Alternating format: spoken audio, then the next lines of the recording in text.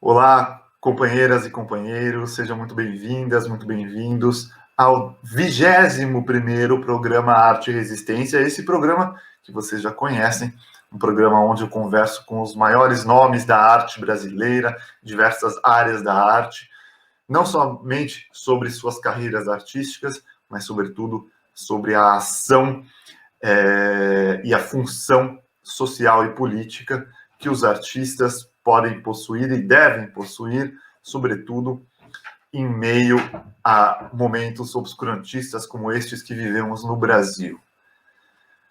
Se você perdeu os programas anteriores, não deixe de conferir aqui na descrição do canal, na descrição do vídeo, aliás, está a playlist do nosso programa Arte e Resistência. Vou falar rapidamente com quem que eu já conversei.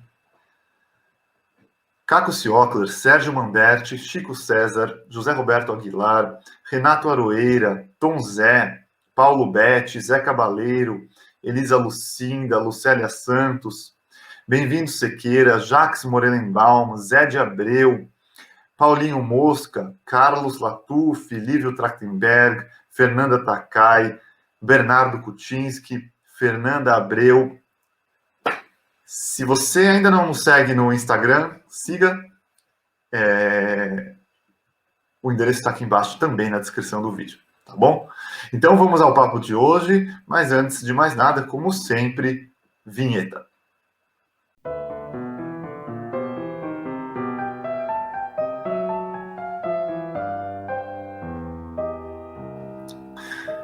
E hoje eu tenho o prazer de conversar com um artista experimentalista, um artista consciente também sobre a questão política, que é uma das principais pautas do nosso programa, o amigo 247 já conhece. Então, hoje, sem apresentações longas, eu vou simplesmente chamar aqui para a nossa conversa Rogério Skylab. Olá, meu caro. Tudo bem? Tudo bem, Jean? Tudo bom. E você? Como é que estão as coisas? Antes de mais nada, nesses tempos pandêmicos, primeira coisa, tem que perguntar como é que está de saúde, né? Sobrevivendo? É. Não, então, estou sobrevivendo, já tomei a primeira dose, né? Tomei já a primeira dose, mas você sabe, né, cara? Não, eu sou uma pessoa que vivo bem uma vida reclusa. Não tenho nenhum, essa questão social, negócio de bar, tá? Para mim, eu sou uma pessoa, até eu diria, eu sou um recluso social, sabe? E então, para mim, não é a questão de ter vivido isolado, não me gerou problema, não. Muito pelo contrário, produzi pra caramba, né? Só para você ter uma ideia, bom, eu tive que sair eu moro no Rio, né? Sim. E aí, num determinado momento, isso ainda no ano passado, assim, ainda lá para abril de 2020, a gente estava assim, vivendo assim, um alarme. O que é isso? O que é essa pandemia? Né? Foi uma coisa assim, não sabia o que falar, o que fazer. E aí a minha mulher precisou ir para a casa dos pais, no interior de Minas, onde eles vivem num sítio e tal. E aí eu acompanhei ela, né? Fui com ela e depois fiquei um tempo assim, numa casa da cidade, em Leopoldina, Minas Gerais. Fiquei numa casa sozinho em Leopoldina, Minas Gerais. Fiquei uns 2 meses. Rapaz, em 2 meses eu produzi pra cacete. Foi uma maravilha. Então a reclusão social, para mim, ela não tem problema nenhum. Eu produzia, eu provavelmente devo ter, em 2 meses, eu provavelmente devo ter produzido umas 60 ou 70 canções, sabe, cara? E além disso, produzindo intelectualmente e tal. É uma coisa louca. Por exemplo, em 2020 eu consegui, em plena pandemia, consegui lançar 2 livros por uma editora, Cotter Editorial, que foram 2 livros, um livro de poesia, Debaixo das Rodas de um Automóvel, que esse foi mais um relançamento, porque ele tinha sido lançado originalmente pela editora Rocco, em 90, na década de 90 ainda. Então houve o relançamento desse livro e houve o lançamento de um livro de ensaios chamado Lulismo Selvagem. Tudo isso aconteceu em plena pandemia. Então, ou seja, 2020 para mim a pandemia foi uma época de reclusão, mas uma época de intensa produção, né? O grande problema da pandemia, quer dizer, no meu caso, né, na questão da produção artística, né, é que a questão dos shows, né? Porque aí realmente houve uma parada geral e em todos os sentidos, até para você se reunir com os colegas. Eu, por exemplo, agora recentemente estava preparando uma live, né, para fazer. Cara, os meus músicos estavam assim profundamente inseguros, porque muitos deles são novos, não tomaram ainda a primeira dose, e aqui no Rio de Janeiro, no Brasil, né, a situação está brava, a situação está terrível, né? É um segundo ciclo, né, violentíssimo, né? Uma hora da história, eu fui obrigada a cancelar, entendeu? Então, mesmo que não haja shows, mesmo assim, impossibilidades de encontros pequenos para produção de lives ou de gravação de disco, está muito complicado. Está muito complicado, entendeu? Nem isso. Então, esse é o problema. O grande problema é esse. Na questão da criação solitária, foi, para mim, um período extremamente criativo. Legal, é interessante. Você sabe que eu tenho visto isso entre colegas artistas mesmo, e para mim também, de certa forma, porque eu acho que todo artista criador possui esse lado da reclusão em si já, né? Então, Exato. quando vem uma reclusão forçada, na verdade, ela não é tão diferente das nossas reclusões voluntárias, né? Agora tá. De qualquer maneira, Jean, você não pode deixar de reconhecer os profundos problemas psicológicos, né, que isso está gerando, né? Você veja, né, cara, a própria situação da pandemia as atitudes do Estado, né, em produzir a reclusão social, né, o lockdown, né, essa coisa, gerou muitas críticas, não só entre as pessoas conservadoras. Né? Você está na Europa e na Alemanha, então você tem um exemplo aí muito perto de você, na Itália, por exemplo, um dos grandes filósofos contemporâneos, que é o nosso filósofo italiano importantíssimo, escreveu o Estado de Exceção, Agamben. O Agamben gerou uma série de artigos no jornal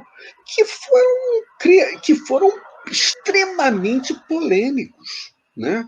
Até aqui no Brasil houve uma polêmica imensa com os artigos que ele escreveu aí na Itália, aí no jornal, né, na imprensa italiana, falando sobre o estado de exceção que a pandemia propicia, né?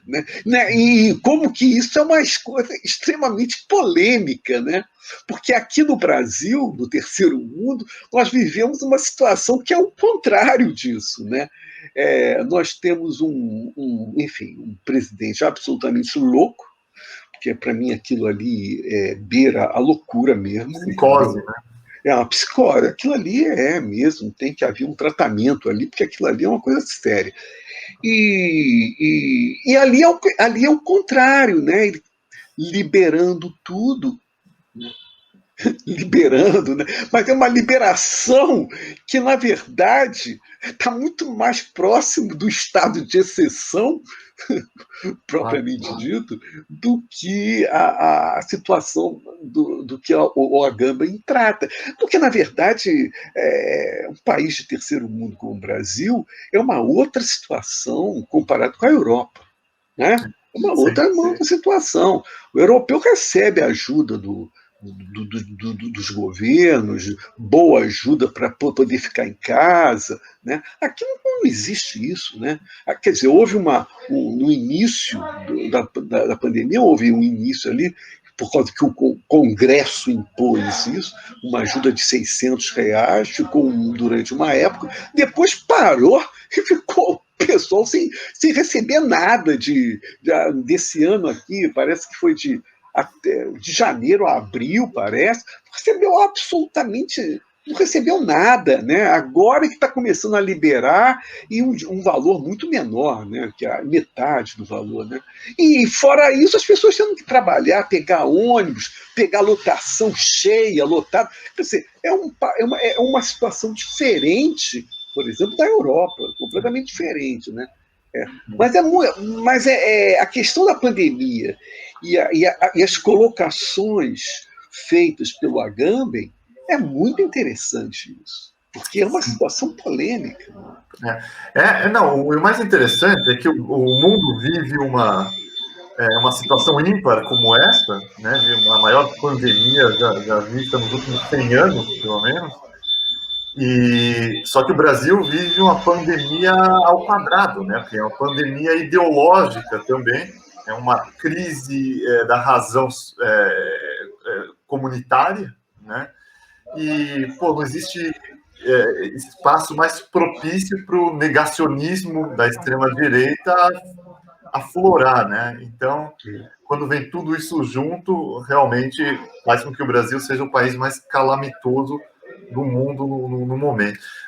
Você sabe que aqui na Alemanha, o partido de extrema-direita, que é o partido, nada mais é do que o partido neonazista com uma roupagem contemporânea, né? Eles seguem a mesma agenda negacionista, né, do Bolsonaro. Inclusive, eles admiram o Bolsonaro, parabenizaram o Bolsonaro quando ele venceu. Só que, logicamente, aqui existe uma contraforça muito poderosa da razão, da ciência, né? E unido a isso que você muito bem colocou, que é o auxílio social como uma coisa assim que nem se discute, né? Qualquer comerciante, qualquer trabalhador que precisou de um auxílio porque não podia trabalhar, ele poderia se dirigir à prefeitura da cidade ou ao governo do estado ou ao governo federal ou aos três, né? E dessa forma ninguém quebrou, ninguém foi para a rua e tudo mais. O Brasil realmente já tem essa estrutura social completamente fragilizada e ainda encontrou a pandemia no meio da pandemia ideológica. Mas sobre isso, me diga, como é que está sendo viver... Bom, você passou pela ditadura também. Como é que você compara aquele momento e esse momento? Hoje é pior até, de certa forma?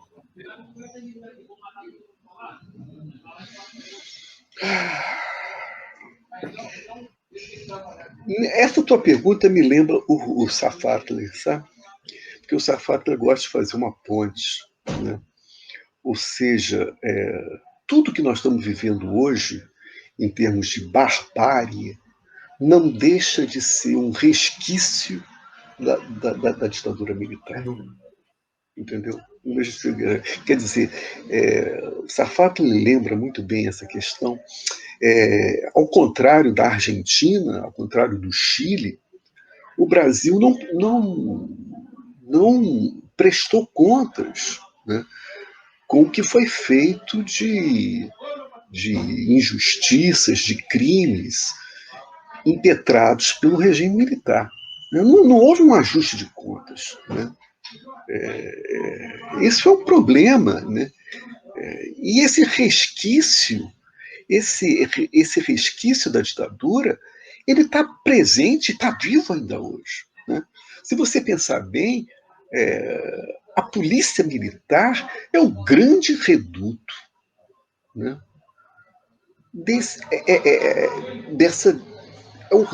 É um resquício dessa ditadura que está mais vivo do que nunca. Se você pensar bem, quem apoia a polícia militar é bolsonarista, cara. Essa aqui é a grande verdade. A polícia militar é bolsonarista. É. Entendeu? Então, você me falar das diferenças,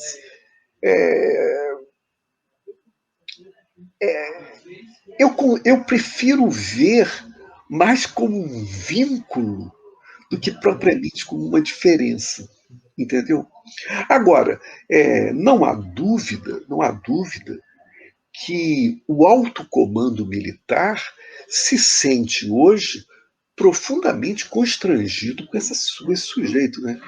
Porque o que está ali em volta dele é uma espécie de militar de outra, entendeu? Acho que você também tem que diferenciar dentro do militarismo dois lados aí, né? Um que eu diria um baixo militarismo que ainda traz essa coisa baixo clero, digamos um baixo clero na escola militar, né? E que está rodeando, né, o presidente, faz parte do ministério e tal. E existe uma outra parte dos militares, que eu diria que faz parte do alto comando, né, e que não me parece que esteja ligado ao Bolsonaro. Né? Então, às vezes, a própria esquerda é um pouco ligeira, é um pouco assim genérica quando fala dos militares, entendeu? A gente tem que tomar muito cuidado com essa análise, né? Eu acho que dentro do próprio militarismo existe uma divisão, um racha ali dentro. Né? Não dá para você generalizar de um modo geral. Eu estou de acordo, até mesmo porque não é estrategicamente interessante para grande parte dos militares que esse espírito da ditadura, da tortura, seja reavivado dessa forma, né? Pelo contrário, é muito mais interessante deixar para baixo do tapete e se infiltrar no poder de uma forma mais coerente com a contemporaneidade da política, né? Exato. Você veja, o grande ídolo dele é o Ustra. Né? Está me entendendo? Quer dizer, provavelmente uma boa parte dos militares, fazendo uma analogia com a Alemanha, querem poder mesmo esquecer esse passado, né? Esse passado negro, né? Que o Ustra representa. Né? E esse maluco traz o Ustra. E esse maluco e o seu vice ficam trazendo o Ustra à superfície. Você imagina o mal-estar que deve provocar dentro da própria escola militar ali. Né? Deve provocar um atrito, um mal-estar. Enfim, eu quero dizer isso.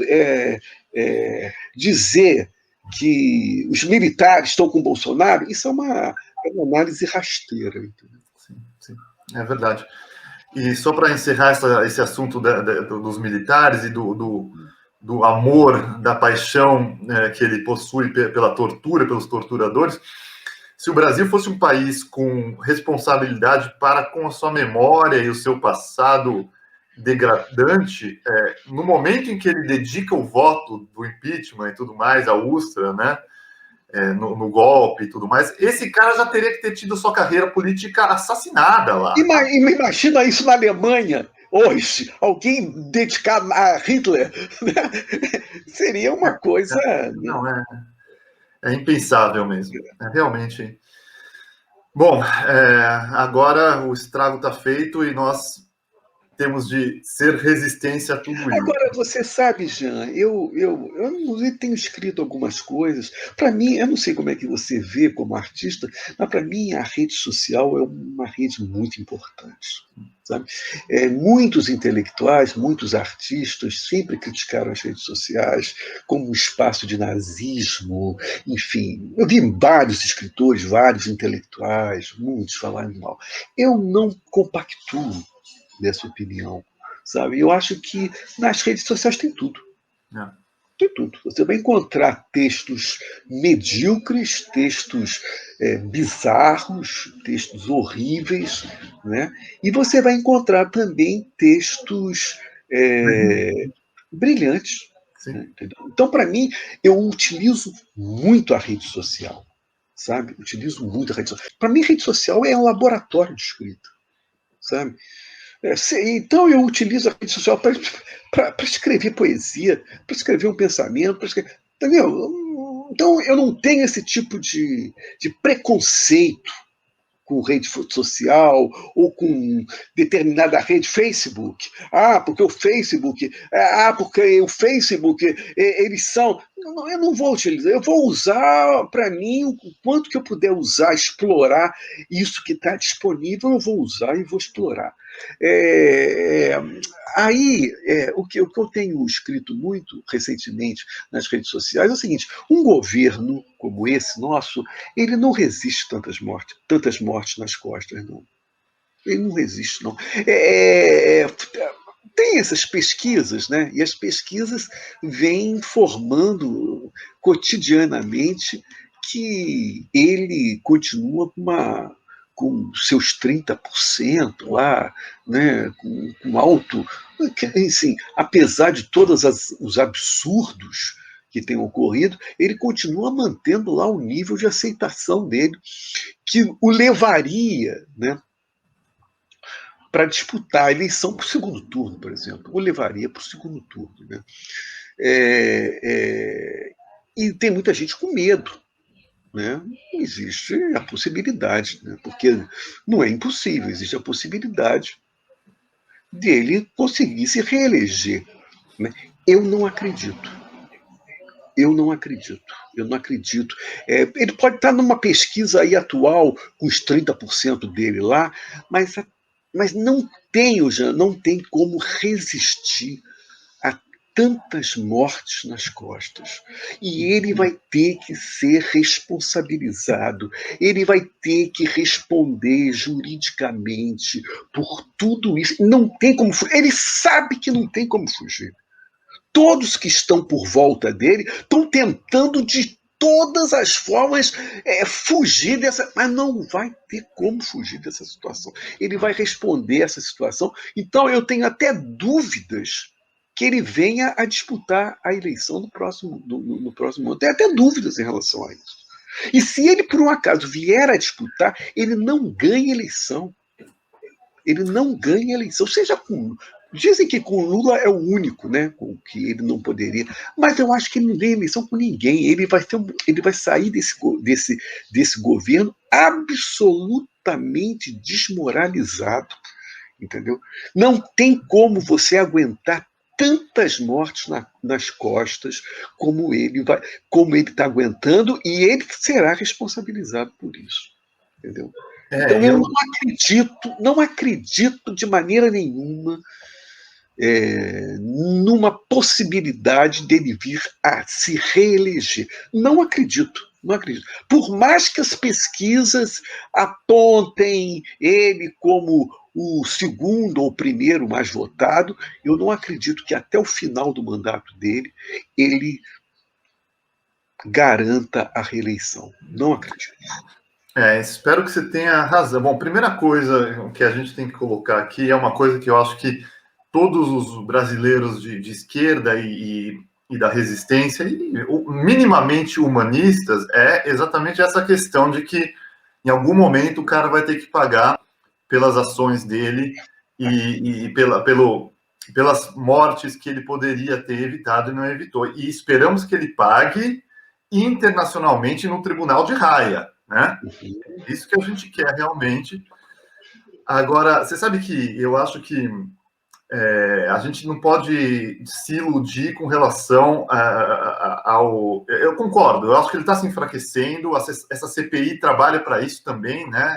Nos ajuda, mas que ele tem um núcleo duro fascista que não vai embora, ele tem, não é verdade? Não, o núcleo duro ele tem. Agora, não sei se esse núcleo duro lhe dá a vitória. É isso que eu quero dizer. Entendeu? Porque, evidentemente, Jean, ele não ganhou as eleições com o núcleo duro só. Não, de maneira Núcleo alguma. duro é um elemento, né? Aí tem uma porção de coisa que levou ele à vitória. Não foi o núcleo duro. Se ele quisesse basear só no núcleo duro, ele está fudido. Tá me Nós, entendendo? O núcleo duro não vai dar vitória a ele, não. Entendeu? é, Ele ganhou as eleições, e inclusive foi uma eleição disputadíssima, porque o Haddad foi muito bem votado. claro. O desempenho, a performance do Haddad foi espetacular. Tanto que, sinceramente, se você me perguntar depois do Lula qual o nome que nós temos no PT, não, não tem como você fugir. Não tem como Haddad. você fugir. Não tem como você fugir. Agora, ele ganhou as eleições, além do núcleo duro dele, por vários outros segmentos. E um segmento muito forte, que continua forte, mas não acredito que tenha essa força que tinha naquela época das eleições, é o antipetismo. Sem dúvida. O antipetismo foi um elemento, que eu diria, um elemento preponderante para a vitória dele. O que foi preponderante para a vitória dele não foi o núcleo duro dele, não. O que foi preponderante para a vitória dele foi o antipetismo. O antipetismo foi, assim, ao ponto de você ver pessoas, colegas, né, com as quais você desfrutava de amizade, intelectuais, inclusive, pessoas extremamente cultas, né, votando a favor dele, votando no Bolsonaro. Votou no Bolsonaro por causa do PT. Né? Esse antipetismo, eu acho que tende a se diluir cada vez mais em função das barbáries que vêm sendo cometidas, né, ultimamente. Bom, uma coisa que colabora para a reconstrução da verdade aos poucos é, para começar, a história estar jogando o Moro na lata de lixo que ele merece, né? Essa é a primeira coisa. Agora, a gente ainda tem que ficar muito de olho no perigo eminente e perene das mídias corporativas, né? A Rede Globo continua sendo Rede Globo. Sem dúvida. O maquinário de fake news continuará sendo investido, inclusive, por grandes corporações. E como é que você vê o ano que vem? Quais são suas previsões? Vai ser uma verdadeira selva essa... Não. Olha, aqui, eu sou uma pessoa, viu, Jean, como te dizer? Eu fui uma pessoa que li muito Ulisses de James Joyce e vi muito Silvio Santos. O que eu quero dizer com isso é o seguinte: a questão da mídia, para mim, eu conheço bem a mídia, conheço bem a Globo. Né? O grande inimigo da Globo hoje chama-se Bolsonaro. Não é Lula, não. Já foi o Lula. Né? Hoje o grande inimigo da Globo chama-se Bolsonaro. Né? E a Globo bate diariamente. A gente já viu esse capítulo anos atrás em relação ao Lula. Hoje eu não tenho dúvida. Hoje quem encarna o inimigo número 1 da Globo não é o Lula. Não é o Lula. É o Bolsonaro. Não tenho dúvida quanto a isso. Se apostou muito no Guedes, né, cara? Se apostou muito nele. O neoliberalismo apostou muito nele. Só que eu sabia desde o início, que ele era fraco. Entendeu? Ele era medíocre. Ficavam falando, ele estudou na escola de Chicago. Na escola de Chicago lá. Cara, quer dizer, evidentemente que o neoliberalismo valorizou muito ele. Mas, cara, eu até disse isso recentemente, mesmo entre os nossos ministros da economia de governos anteriores, né, mesmo incluindo o período militarista, cara, nós nunca tivemos um economista tão medíocre quanto esse Guedes. Claro. Entendeu? E ele vai se afundando cada vez mais.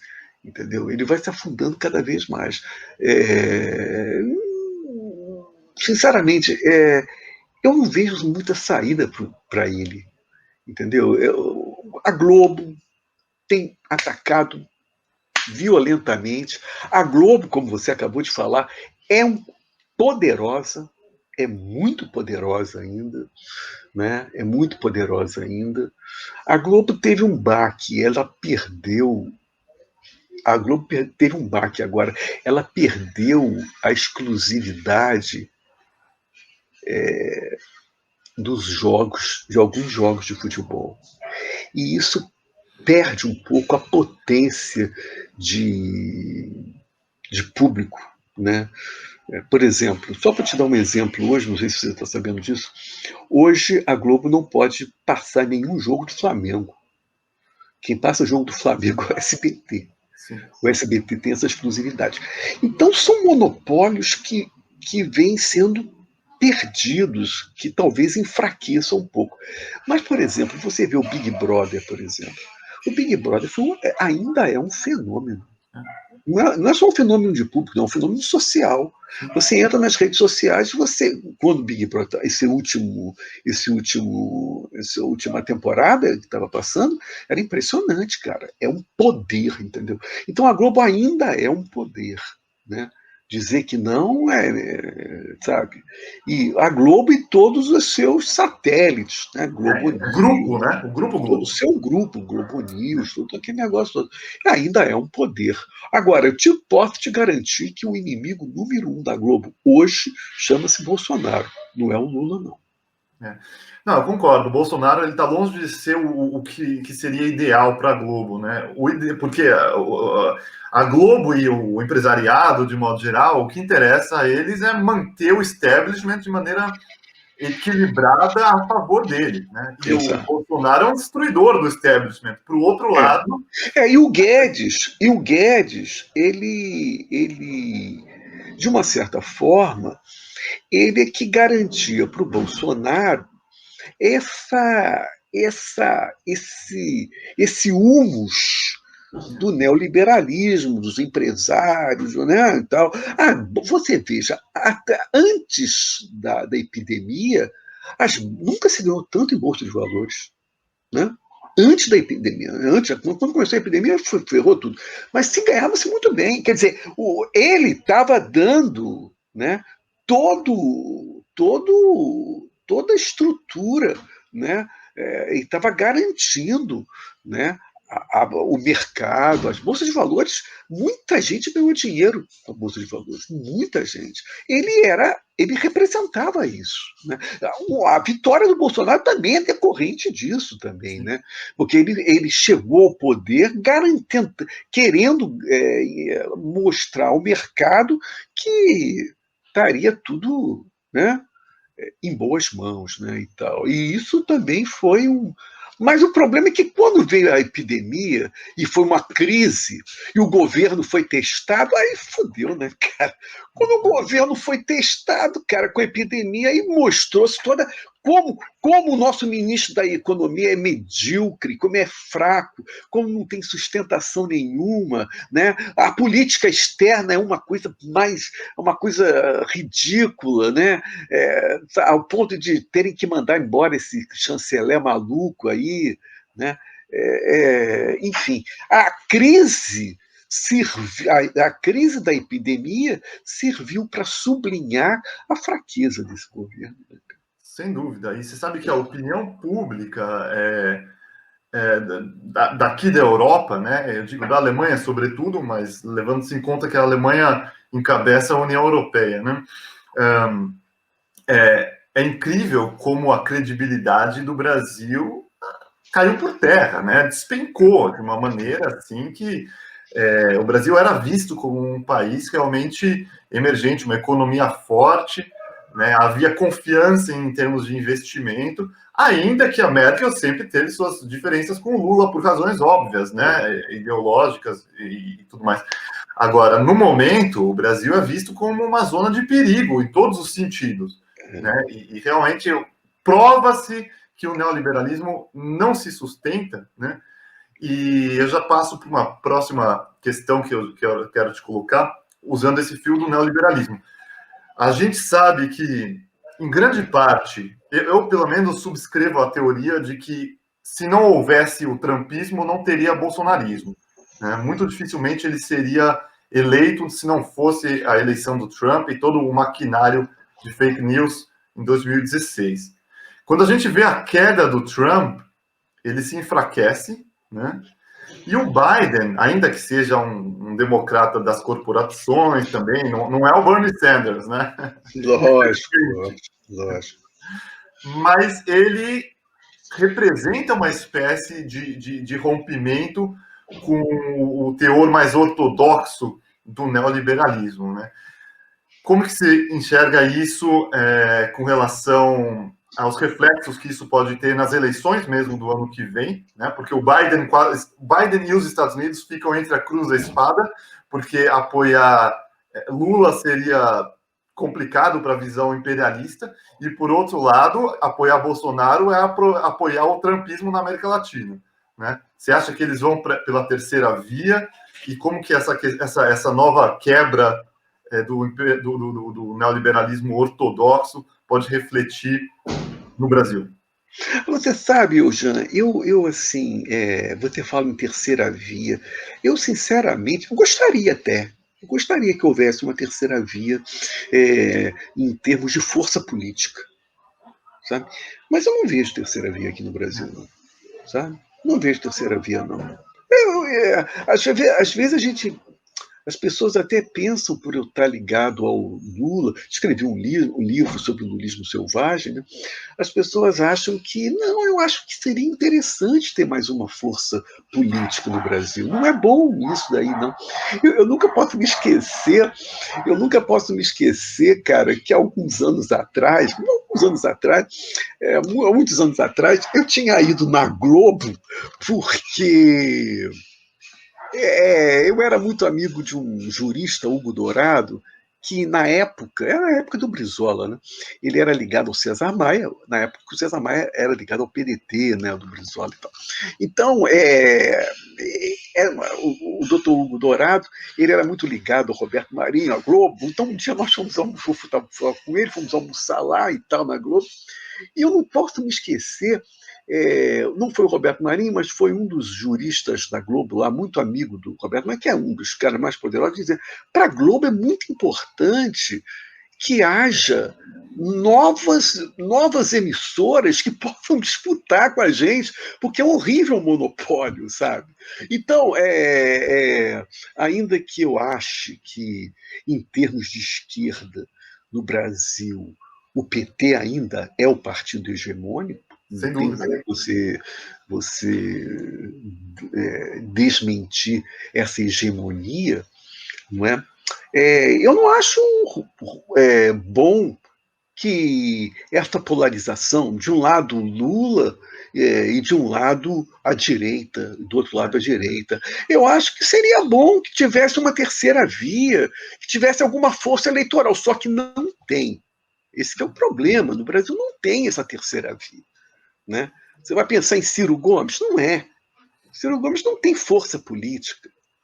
Né? Então é muito difícil uma terceira.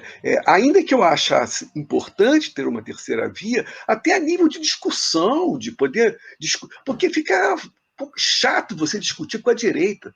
Né? Você poder ter. Porra, eu venho de uma época, Jean, de 89, que quem disputava as eleições era Lula, Brizola, Mário Covas, que mais que eram os candidatos? Era o Maluf também, me lembro, Maluf, a Fife Domingues, né? Não importa, eram nomes nacionais, né? que você discutia, né? O próprio Collor, que acabou ganhando as eleições, mas assim, eram forças nacionais que propiciavam um debate, um diálogo, né? Eram debates riquíssimos, muitas vezes violentos, né? E tal. Quer dizer, você vai ver hoje um debate entre Lula e Bolsonaro, que vai, sabe? É um debate que chega a ser pobre, né? Entendeu? Então a polarização, ela não é boa. Não é boa a polarização. Eu não sou a favor de polarização, não. Mas, infelizmente, aqui no Brasil, atualmente, eu não estou conseguindo ver ter uma terceira via. Não vejo terceira via. Eu concordo. E fora que é perigoso que uma terceira via seja justamente o candidato mais adequado para o empresariado e dessa forma haja uma normalização, né? Do tipo, já acabou o fascismo bolsonarista, mas também não deixa a esquerda voltar para o poder, e aí normaliza-se um Collor 2.0 ou alguma coisa assim, né? Isso seria perigoso. Muito difícil, muito difícil. Eu acho muito difícil. É Não muito tem difícil. modo. Você ter um nome de expressão nacional, realmente, quando você fala do Collor, e eu vivi com muita intensidade essa época, o Collor realmente foi uma exceção na política. Uma exceção na política. Porque eu diria até, o Jean, que foi uma exceção até comparado com o Bolsonaro. Sim. Porque o Bolsonaro não é bem uma exceção.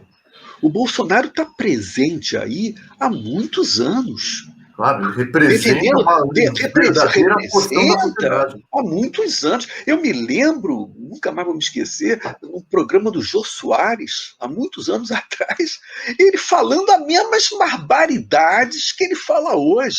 As mesmas barbaridades. Então, ele está aí no Congresso há muitos anos, entendeu? Então, ele não é exceção nenhuma, ele representa uma fatia lá. O Collor, sim, o Collor foi uma exceção. E tanto é isso que o que levou à queda do Collor foi o isolacionismo dele. Ele ficou isolado. Né? Sabe, o isolacionismo dele levou a ele foi mais ou menos o que aconteceu com o nosso atual governador do Rio de Janeiro, o Witzel. Né? Ele ficou isolado, não tinha ninguém. Né? O político que fica isolado é um atestado de morte para ele. Entendeu? Não é o caso do Bolsonaro, de maneira nenhuma. Não é o caso do Bolsonaro. Bom, e quer queira ou não... Poxa, pena que nós só falamos de política, não podemos falar de música, não podemos falar de arte, não podemos falar de filosofia, não podemos falar de nada, né, cara? Fizemos uma bela introdução. Eu fiquei horrorizado quando o senhor foi lá no Provocações para falar que a música popular brasileira é uma porcaria, que não vale nada. Pô, eu fiquei horrorizado, senhor Jean. Não, vamos esclarecer essa questão. Não foi a música popular brasileira de maneira alguma. Música popular brasileira considero a melhor música popular do mundo junto com a música cubana. Essa é a minha opinião. Verdade, eu gosto muito da música cubana também. Não, mas é porque também Provocações tem uma coisa, por conta do estilo dele, né, do Abujamra, não dá para você desenvolver muito as respostas. Fica uma coisa meio picotada, né? Fica meio picotada, né? Olha, você sabe uma coisa interessante? O pessoal conversa comigo sobre essa entrevista até hoje, né? Mas você sabe que foi feita uma edição meio coxa de retalho, né? Não, e o negócio é o seguinte, o que eu estava falando naquela época e que falo até hoje, a realidade é que eu falei que a grande maioria do que se produz da música pop no mundo é enlatado, é porcaria mesmo. Se eu sentar agora no rádio do carro e ligar aqui na Alemanha, você fica a noite inteira para achar alguma coisa que preste, em termos de música, em termos de consciência estética, em termos de letra, em termos de postura, né? É isso que eu estava falando. Perfeito. Eu estou brincando. Eu só fiz um. Eu só aticei só, entendeu? Você fez uma provocação sobre a provocação, tá certo. É uma provocação. Mas pode falar de política, não tem problema nenhum. O que eu ia te contar, sim, quando você fala do Trump, né? E da questão do Bolsonaro e dessa ligação, né? E você diz que o Bolsonaro só ganhou as eleições por causa do Trump. Certamente aquele cara maluco lá que era o principal, que fazia fake news, que era... Steve Bannon. Ele certamente atuou enfim, nas eleições aqui. Mas você sabe, Jean, eu acho assim, por mais que tenham sido cometidos crimes na questão do fake news, essas coisas todas, eu acho meio perigoso você acreditar a vitória do Bolsonaro ao fake news. Sim. Entendeu? Tudo bem, eu acho que deve haver a investigação. Não, nem sei se essa investigação foi a fundo, ou, enfim, foi interrompida, a questão das fake news, né, e tal. Mas eu acho meio perigoso, como alguns segmentos da esquerda, querer responsabilizar a vitória do Bolsonaro ao fake news. Concordo. Entendeu? Eu acho assim, uma coisa. Mas o que eu queria te dizer é que aquele sociólogo espanhol escreveu até um livro muito interessante. Depois eu me lembro dele. Ele era muito amigo do Fernando Henrique, é um sociólogo espanhol muito famoso. E ele escreveu sobre as crises de representação que ocorreram no mundo inteiro. Sim. Não é só uma questão de Trump, né? Ocorreram assim no mundo inteiro, né? Porque nós vivemos uma época justamente de crise de representação, Sim. né? E essa crise de representação, ela pode dar em dois caminhos, né? Ela pode dar no caminho da direita, que acabou sendo Trump, querendo valorizar aquele mercado interior americano, né? A indústria americana, contra né? Desvalorizar as pessoas os imigrantes, né? Desvalorização dos imigrantes, valorizar só a indústria nacional e tal, né? E o que pode gerar em racismo, em violência. Quer dizer, isso foi uma consequência dessa crise de representação. Mas existe um outro lado dessa crise de representação que, por exemplo, deu no Podemos, que é um partido político espanhol e que veio das representações de base. Né? Então, o que, na verdade, o que o mundo contemporâneo vive, e eu acho que vive ainda até hoje, é justamente a crise da representação política. E como que essa crise da representação política pode dar em dois caminhos adversos, né? Pode dar no fascismo, né? E pode dar em experiências super legítimas, democráticas, como é a do Podemos na Espanha. Né? Mas nós vivemos, segundo esse socialista espanhol, o grande problema da crise da legitimação política. Talvez as democracias, as eleições, né? Essa democracia, né? Talvez elas não sejam mais legitimamente representantes dos anseios populares. Então, essa crise da representação é que gera esses movimentos, seja de direita, seja de esquerda. Entendeu? Sem dúvida. Eu acho que bom, aqui na Alemanha, quase que diariamente as pessoas me perguntam como que pôde acontecer com o Brasil uma coisa dessas, né? Porque, dada a história tão presente na Alemanha até hoje, do nazifascismo e do hitlerismo, logicamente, para o alemão, nos primeiros momentos que foi feito um retrato do Bolsonaro, toda a sociedade já detectou que o cara é o rosto do neonazifascismo no mundo, né? Isso é fato. Então, eu explico justamente que que nem você falou, a fake news é uma parte, né? É uma fatia dessa tempestade perfeita que levou o cara ao poder. Outra coisa importantíssima é a velha estratégia de trancafiar na cadeia o seu principal oponente, né? A gente sabe muito bem, quando o presidente Lula estava preso, não teve como disputar, e infelizmente a figura do Haddad, embora tenha feito uma grande campanha, faltou um pouquinho daquela imagem que o Lula, daquela áurea que o Lula possui. Outra questão importantíssima, a gente sabe a influência norte-americana, inclusive, possivelmente da CIA no Brasil, né? Isso é sabido. Já no golpe já era isso, né? Mesmo na era Obama. E por fim, logicamente, um dos grandes males do mundo contemporâneo, que é algo que aqui na Alemanha o pessoal fica com os olhos abertos assim, que é o neopentecostalismo, né? Que é um fundamentalismo religioso novo. E você imagine, meu caro Rogério, aqui na Alemanha, onde é o berço do tradicional protestantismo, né? Quando eu explico sobre essa nova igreja, eles chamam aqui de Freie Kirche, né? Uma igreja livre, assim, independente, livre no mau sentido, né? Independente E provavelmente a origem é americana, né?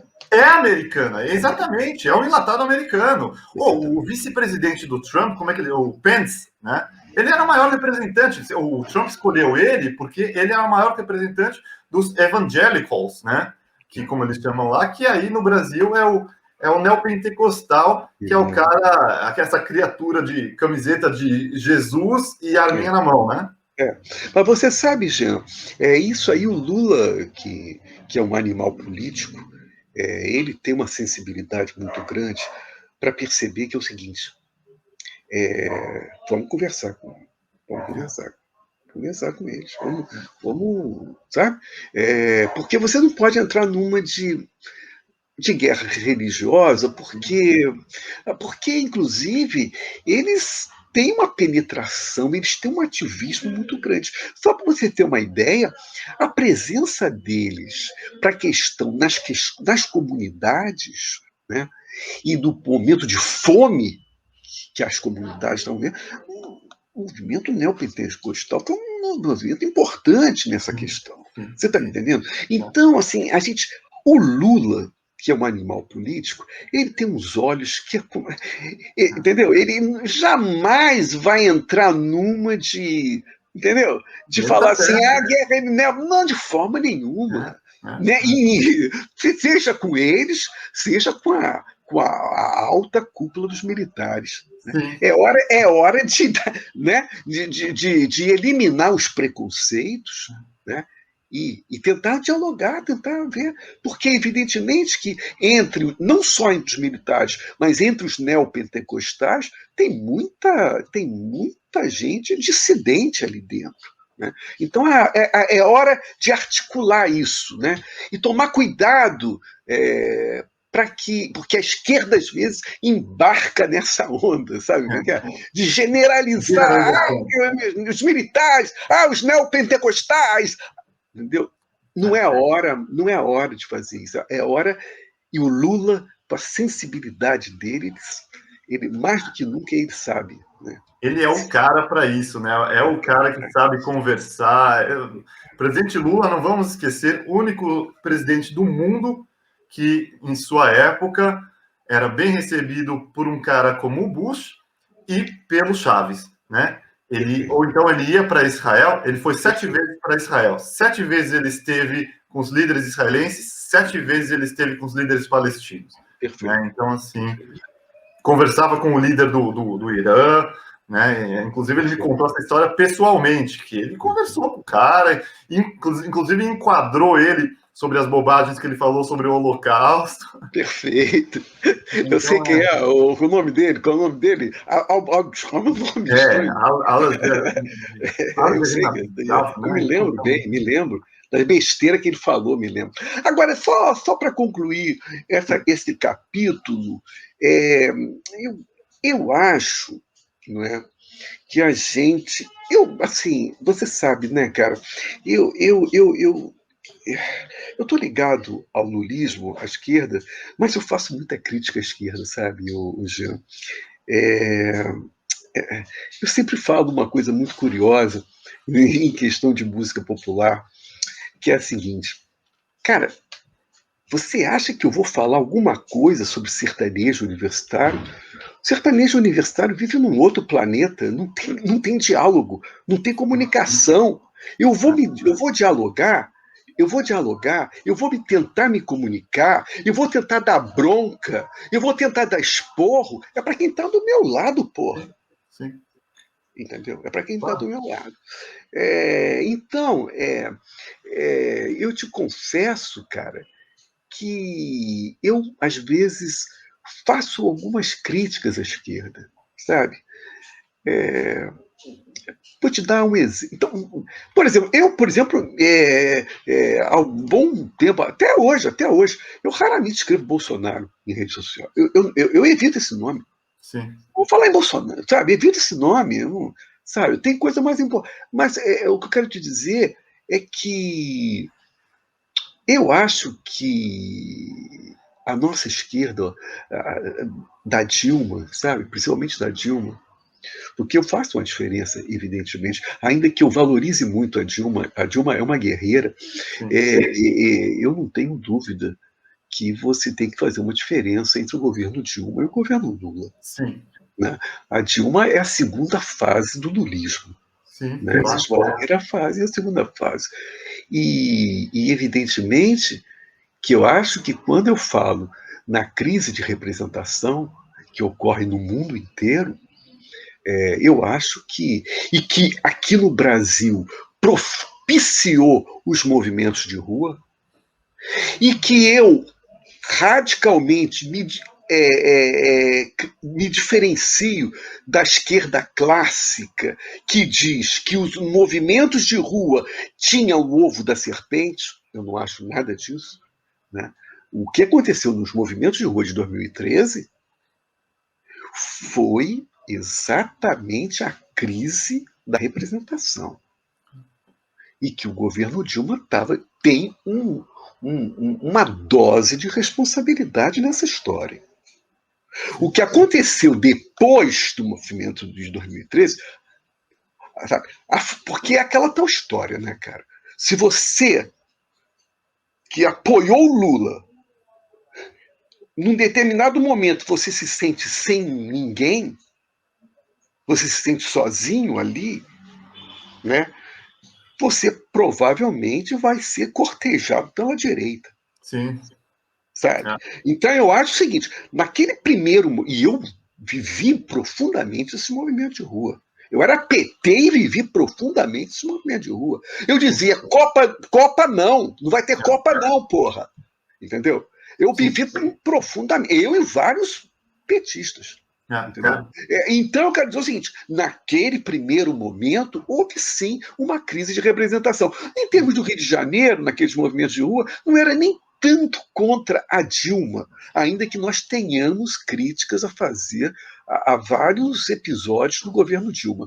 Mas Claro. o grande elemento de oposição ali era o nosso governador, era o Sérgio Cabral e o prefeito, que é o Eduardo Paz, que continua como prefeito. Né? Mas na época, esse que era a grande oposição dos movimentos de rua. Não era lá a Dilma, ainda que nós tivéssemos. Mas já havia. Você está me entendendo? O que é isso daí? Isso daí é um fenômeno de crise de representação. Como há crise de representação, você vai para as ruas. Então, a Primavera Árabe foi a mesma coisa. Você vai para as ruas, é crise de representação. Entendeu? Então, eu acho o seguinte: durante a fase que eu chamaria de segundo lulismo, que é a fase da Dilma, houve um abandono das bases. Né? E essas bases, essas bases foram cortejadas pela direita. Sem dúvida. Né? Entendeu? E, de uma certa forma, muitos se transformaram em bolsonaristas. Sim. Agora, essa transformação ela pode ser revertida. Perfeitamente revertida. Porque não é isso que eu quero dizer. Não é o núcleo duro. Isso Não daí é não é ideológico, né? isso não é núcleo duro. Não é? Então, eu acho que o que aconteceu também, viu, Jean, com o governo Dilma, evidentemente houve um golpe de Estado. Não tem dúvida nenhuma. Claro. Houve um golpe de Estado, não há dúvida nenhuma. Mas ali também tem um ingrediente de crise de representação. Sim. De muitas pessoas indo para a rua descontentes, quebrando coisas. Entendeu? E foi uma revolta legítima. entendeu? Foi uma revolta legítima. Agora,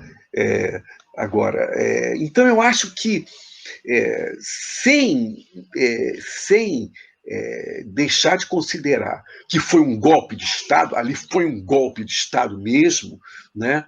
Parlamentar, mas foi um golpe de Estado, de qualquer maneira, o governo Dilma ela expressou um pouco essa crise.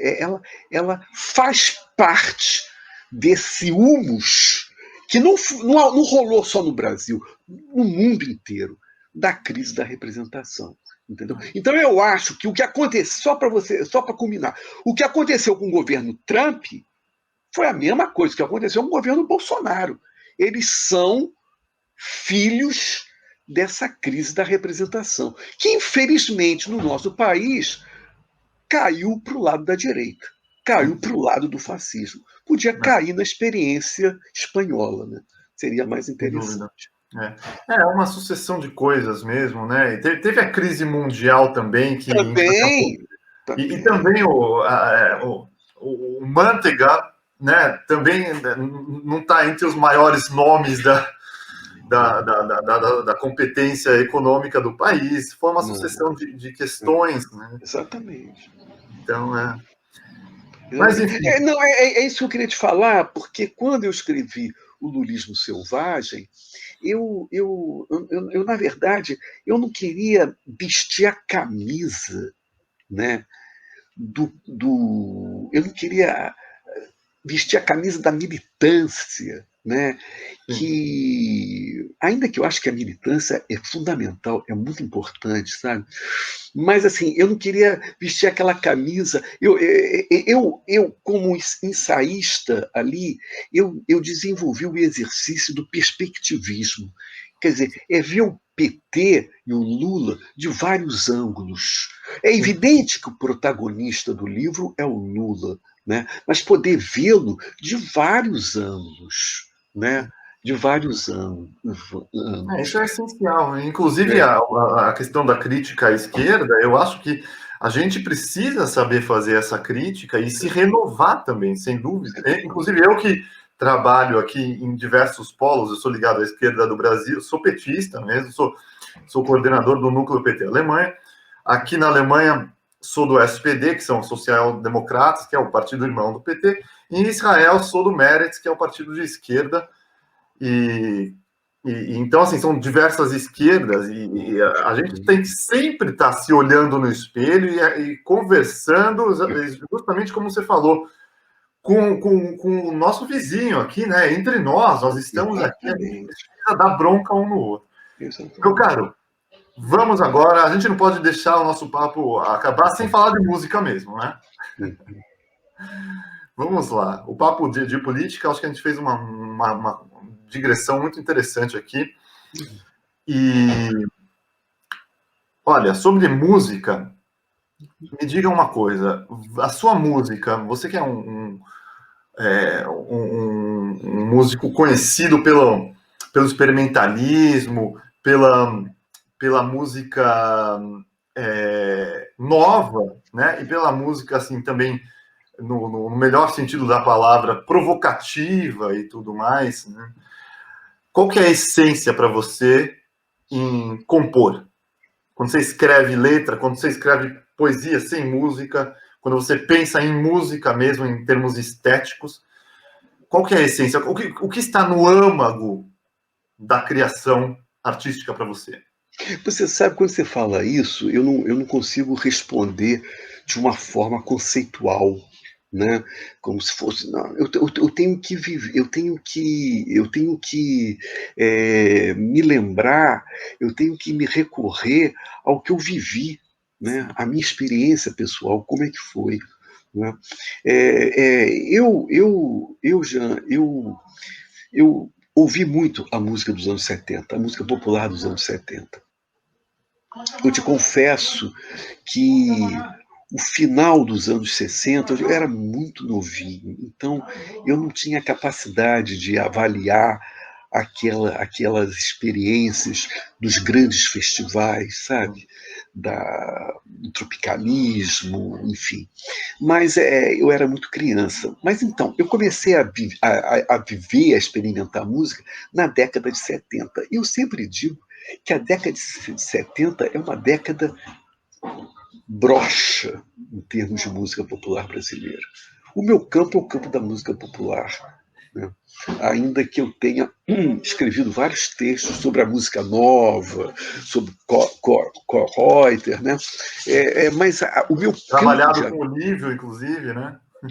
Então, livro para mim é uma figura importantíssima. Sim. Mas então, o meu campo é da música popular, né? Então eu ouvia muito música dos anos 70, né? E a música dos anos 70, o que ela era? Ela era uma música diluída do que foi a música do final dos anos 60. Né? Que era Edu Lobo, Arrastão, Chico Buarque, né? Enfim, toda aquela experiência dos festivais que a gente sabe. A música dos anos 70 foi uma diluição, eu vivi muito essa diluição, né? De uma música séria, uma música sem graça, uma música política, sim, porque nós vivíamos o regime da ditadura militar, mas um político, entendeu? Isso daí me perturbava, eu ficava ouvindo aquilo, né? Depois, nos anos 80, entrou o rock, né? Que o rock, de uma certa maneira, ele estava imbuído da abertura política. Então, tinha um elemento político também, né? O rock brasileiro, o rock vencedor brasileiro, Titãs, Paralamas e tal, ele tinha um pano comum, ele tinha um pano de fundo, que era um pano de fundo político, Sim. da abertura política, né? E tal. Sobretudo o pessoal de Brasília, né? O que me dava uma certa agonia é que, puxa, não se brincava com a música. Uhum. Era muito, sabe, quem viveu a década de 80 do rock brasileiro estava muito calcado na MPB, de uma certa forma. Né? Não havia experimentação de forma, de performance, nada. Era muito. Né? Então, cara, eu quando entrei no campo da música brasileira, eu entrei com vontade de chutar mesmo, sabe? De chutar uma coisa que vinha desde o final dos anos 60, mas que era forte, mas também era uma postura séria, a postura da seriedade política, né? Aí entrou nos anos 70, aí entrou nos anos 80, e com o rock brasileiro e tal, mas da abertura política, tudo uma questão da política, né? E tal. Eu, na verdade, quando eu entrei na música para dar um pontapé nisso, sabe, cara? E fazer relações contraditórias, entendeu? Então, os meus primeiros discos, se você hoje ouvir os meus primeiros discos, você tem a sensação de produção de monstros. Uhum. Sabe? Teratologia, né? Ciência dos monstros. Né? Parece que os meus discos produziam monstros perto da que era a música popular brasileira. Que Sim. era uma música que não provocava, era uma música política, era uma música séria, entendeu? Então eu queria provocar imagens sujas, contraditórias, politicamente incorretas, Uhum. entendeu? Eu queria produzir monstro. Eu entrei na música para produzir monstro, Certo. entendeu, cara? E foi isso que eu produzi. Né? Com a passagem dos anos, eu fui eu acho que eu nunca perdi essa vontade de produzir monstros, sabe? A minha relação com a música popular, é justamente isso, é produção de monstros. Provavelmente uma esquerda muito politicamente correta provavelmente sinta dificuldade de compreender esse universo que está muito ligado a Bataille. Uhum. Bataille, para mim, é um dos filósofos mais importantes, entendeu? E é muito curioso porque tudo que eu vinha fazendo em música e mesmo em poesia estava muito ligado a Bataille, sem eu nunca ter lido Bataille. A Tá. coisa de alguns anos atrás é que eu vim ler Bataille e eu falei, caralho, que é isso, né? Parece uma coisa. Eu nunca não conhecia nada do Bataille e tudo que eu vinha fazendo em termos de música popular e de produção de pensamento estava muito ligado a Bataille, sem eu nunca ter lido uma página, sabe? Então é isso, cara. O que eu posso tentar te responder, porque essa é uma pergunta muito difícil que você me fez, é que é isso. A minha relação com a música é uma relação com monstros, é a produção de monstros. É uma definição muito, muito boa e me lembra também, você falou do Bataille, eu vou colocar outro filósofo aqui na jogada que é justamente o Adorno, né? O Adorno, porque assim, você coloca essa questão do rock, é político, é contra o sistema e tudo mais, porém, o Adorno criticava justamente a música popular, que mesmo que fosse contra a guerra, contra o status quo do momento, enquanto ela estava presa dentro da estética do sistema, ela estava, de certa forma, jogando com o sistema. É indústria cultural, né, Jean? É indústria cultural, né, Jean? Exato, exato. Então, Adorno é o filósofo da indústria cultural, que fala da indústria cultural. exato. Né? Em suma, se o Renato Russo está lá no fim dos anos 80, meados dos anos 80, falando mal do sistema, porém ele está compondo e escrevendo e tocando exatamente dentro do formato do maquinário, né, do sistema, de certa forma ele está fazendo aquele jogo, né? E aí você vem com essa ideia de chutar o negócio mesmo, né? E sair, se retirar da esfera da produção maquinal mesmo, né? Exatamente. E para isso é muito importante, talvez, é muito importante uma certa clandestinidade. Sim, sim. É um submundo, Certo? né? Um certo anonimato, É. né? Para que você possa produzir a tua obra. Né? E é isso que me alimenta, sacou? O que me alimenta, de fato, é o anonimato, é a clandestinidade. Evidentemente que eu já fui em vários programas de televisão, eu lancei todos os meus discos no Jô Soares. Né? Pois Talvez eu é. falando isso, provavelmente um artista completamente desconhecido iria rir do que eu estou falando aqui. Né? Mas, de uma certa forma, eu não fiz parte, isso aí é muito. Eu não fiz parte da indústria fonográfica. Sim, Né? sim, Eu não sim. fiz parte da indústria fonográfica. Então, eu tinha total liberdade para produzir meus discos. Né? Você sabe, por exemplo, eu falei dos anos 80. Nos anos 80, apesar de alguns artistas que não eram ruins, tinham algum brilho, Lobão, né? Cazuza, quer dizer, nem diria que eles sejam geniais, não é isso não. Mas tinha lá algum brilho lá, mas eles eram todos compactados pela indústria cultural do senhor André Midani, que era o papa da indústria fonográfica brasileira, e que com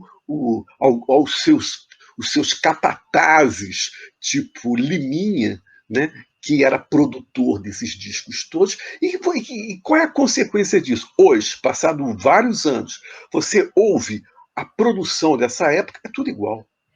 Tudo igual.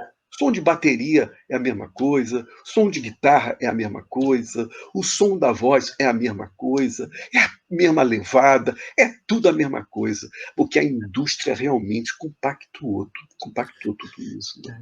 É um tema muito, muito interessante e muito complexo também, porque, na verdade, a gente não está falando mal dessa questão toda, assim, secamente mal, não é isso, né? Porque é necessário também que dentro, já que existe a indústria, exista o Raul Seixas, exista o Cazuza, exista o Renato Russo, né, dentro dessa indústria, que é para também criar uma elasticidade dentro dela. Mas, de fato, ela acaba, a indústria, né, o sistema acaba devorando todo mundo. É aquela velha história do punk, o movimento punk na Inglaterra, que tenta justamente, que nasce se distanciando de tudo isso, E mas acabou. no momento em que vira uma coisa conhecida, a indústria abraça e eles não tem como fugir disso, de certa forma. Né? Então... Eu te confesso que eu tenho uma das discografias, em termos de extensão, eu tenho uma das discografias maiores da música brasileira. Outro dia eu estava entrevistando o Agnaldo Timóteo, no meu programa Matador de Passarinho, no Canal Brasil, e o Agnaldo Timóteo falou com toda a audácia dele. Eu produzi 23 discos. Eu fiquei quieto, mas eu falei, eu mais novo tenho mais disco do que o Agnaldo Timóteo. Quer dizer, mas eu acho que o que me fez a produzir assim, de forma intensa foi realmente essa semi-clandestinidade, sabe? Sim, sim. Isso para mim foi muito importante. Legal. Você se enxerga mais como músico ou como poeta, ou isso não se separa? Não se separa. Ainda que eu veja ainda que eu veja que sejam áreas completamente diferentes. Sim. A área da música popular é completamente diferente. Na hora a gestação de um poema é completamente diferente da gestação de uma música. Né? Então eu acredito que sejam experiências completamente diferentes. Mas eu consigo, eu habito bem essas áreas, entendeu? Eu sempre trabalhei com essas áreas. E eu acho que eu não poderia, por exemplo, eu sou formado em filosofia, né? E sempre estudei filosofia. Eu não poderia nunca compor se eu não tivesse estudado filosofia, entendeu? Quer dizer, então, ainda que eu reconheça a diferença das áreas, né? Elas têm uma ressonância. Elas têm uma ressonância muito grande. Vamos caminhando para o final do nosso papo muito agradável, mas antes eu quero perguntar para você, se eu te perguntar, assim, de cara, os 3 principais músicos brasileiros e os 3 principais músicos internacionais que mais marcaram a sua vida em termos de influência, em termos de provocação, em termos de diálogo, quem que tem em mente de repente? Estrangeiro, Frank Zappa, John Zorn. Brasileiro, Hermeto Pascoal e Egberto Gismonti, apesar de eu ter muitas críticas em relação ao Egberto Gismonti, mas eu não posso deixar de reconhecer o Egberto, porque o Egberto Gismonti está muito ligado a Mário de Andrade, esse é o problema. Mas, de qualquer maneira, eu tendo a valorizar esses pensadores da música, porque são músicos pensadores. Né? No caso da música brasileira, Hermeto e Egberto, e no caso da música estrangeira, Frank Zappa e John Zorn. Muito bom, ótimos nomes e realmente não me surpreende, eu consigo vê-los todos na sua obra. Pessoalmente, eu gosto muito dos seus discos com o Lívio, né? Eu gosto muito do Lívio, somos amigos e aprendi muito com ele também. E eu acho que vocês fizeram uma junção, uma união de forças, realmente uma grande contribuição para a música experimental, para a música nova, de modo geral, e um casamento com as forças da música tradicional, da música popular também. Então, deixo aí para o amigo do 247 que não conheça, procure, né, 3 álbuns, Skylab e Trachtenberg. O Skylab e Trachtenberg, volume 1, 2 e 3. Foi uma trilogia que nós Isso, legal. Meu caro, antes da gente se despedir, a gente termina o nosso programa sempre com poemas. Você lembrou de eu lembrei. Eu estava pensando, porque você sabe que eu comecei a minha vida, hoje, na vida literária, pela poesia, sabe, cara? E eu li. Uma coisa é curioso, porque atualmente eu nem leio tanto poesia como eu lia no início. A poesia brasileira toda ela eu li. Foi realmente a minha porta de entrada para o pensamento e para a literatura, foi a poesia. Então, eu sinto que a minha estrutura interna é poesia, saca? Está ligado ao gênero poético. Né? Então, quais seus preferidos poetas brasileiros? Brasileiros, Eu citaria João Cabral. João Cabral. Né? Eterno. Eu citaria João Cabral. Agora, aqui eu escolhi um poema do Baudelaire, que é Ah, esse livro aqui. É um livro que você deve ter, todo brasileiro tem, né? sim, claro. É bilíngue e Flores do Mal, né? E com introdução e tradução do Ivan Junqueira. Né? Eu vou ler, eu poderia ler em francês, eu vou ler em português, fica melhor, fica para compreensão melhor, né? Eu É, tenho, na verdade, ele o original, tenho em francês. Né? é um poema que faz parte dos quadros parisienses, né? Quadros parisienses são vários poemas que o Baudelaire escreveu com esse título, Quadros Parisienses. E um deles se chama O Cisne, que é muito importante. Eu não vou ler o poema todo, porque o poema é longo. Então eu vou ler um fragmento do poema. Né? Vamos lá, então. Paris muda, mas nada em minha nostalgia mudou. Novos palácios, andaimes, lajedos, velhos subúrbios, tudo em mim é alegoria. E essas lembranças pesam mais do que rochedos. Também diante do Louvre, uma imagem me oprime. Penso em meu grande cisne. Quando em fúria o vi, qual exilado, tão ridículo e sublime, roído de um desejo infindo. E penso nessa negra, enferma e emagrecida, pés sob a lama, procurando o olhar febril, os velhos coqueirais de uma África esquecida, por detrás das muralhas do nevoeiro hostil. Penso em alguém que perdeu o que o tempo não traz. Nunca mais, nunca mais. Penso nos que mamam da dor e das lágrimas bebem qual loba voraz. Penso nos órfãos que definham mais do que uma flor. Assim, a alma exilada à sombra de uma faia, uma lembrança antiga me ressoa infinda. Penso em marujos esquecidos numa praia, nos párias, nos galés e em outros mais ainda. Maravilha. Realmente, uma das grandes contribuições da poesia mundial e um retrato da sociedade parisiense, mas que, de certa forma, é universal também, né? E esse poema foi feito numa época do século XIX, né, em que Paris se modernizava. Né? Tinha aquele arquiteto Ruyas, né, que estava mudando toda a configuração de Paris, criando largas avenidas, né, modernizando Paris. Né? E é muito interessante porque esse processo de modernização de Paris era uma espécie de camuflar o sangue derramado, né, das grandes revoluções em que o povo foi massacrado pela burguesia. Exato. Então, quando o Baudelaire fala do cisne, ele está querendo falar isso, né? Ou da negra que lembra dos coqueiros africanos.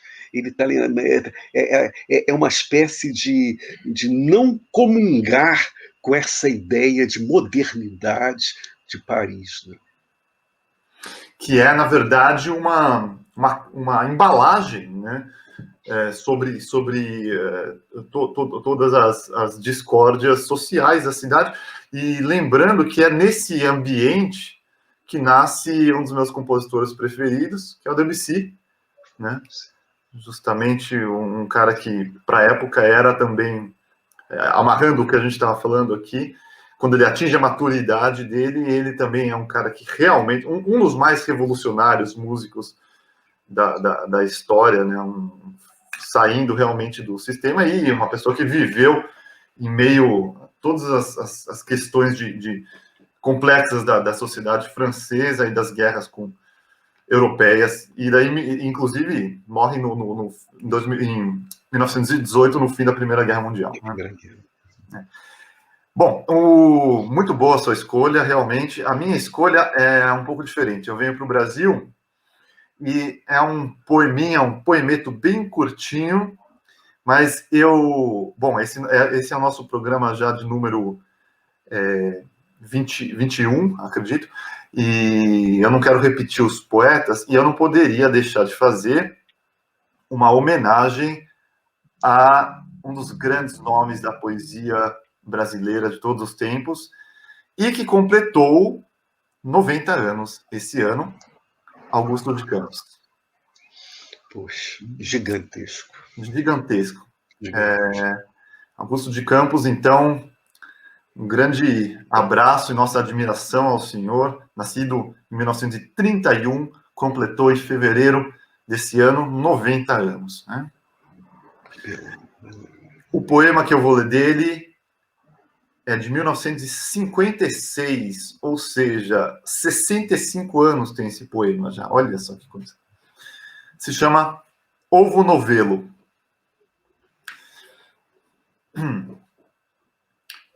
Ovo, novelo, novo no velho, o filho em folhos, na jaula dos joelhos, infante em fonte, feto, feito, dentro do centro.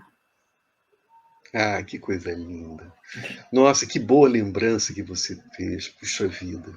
Né? É tão importante. Eu poderia ter citado eles, não falei, mas essa Santa Trindade a gente tem sempre que sublinhar, não é? É uma Santa Trindade, né? Assim como na vanguarda paulistana, nós tivemos também uma Santa Trindade, Arrigo, Itamar e Tati, né? Nós temos tido algumas Santas Trindades, né? Maravilha, muito bom, meu caro. Olha, obrigado pela presença, é um prazer conversar com você. É um prazer. O 247, que eu tenho um grande prazer, porque eu tinha um programa junto com o Gustavo Conde, que era um dos redatores aí do 247, né? E nós tínhamos um programa chamado Desentrevista, que foi esse programa que gerou o livro do Lisbo Selvagem. Porque no programa eu mandava o texto para o Brasil 247 e quando a gente se reunia para o programa, a gente discutia o texto. Então, esses textos acabou gerando, juntando, e acabou gerando o livro do Lisbo Selvagem. Perfeito. Desentrevistas, isso mesmo. Então, aproveitamos, mandamos um abraço para o companheiro Conde também, fazendo um belo trabalho, continua sempre muito ativo.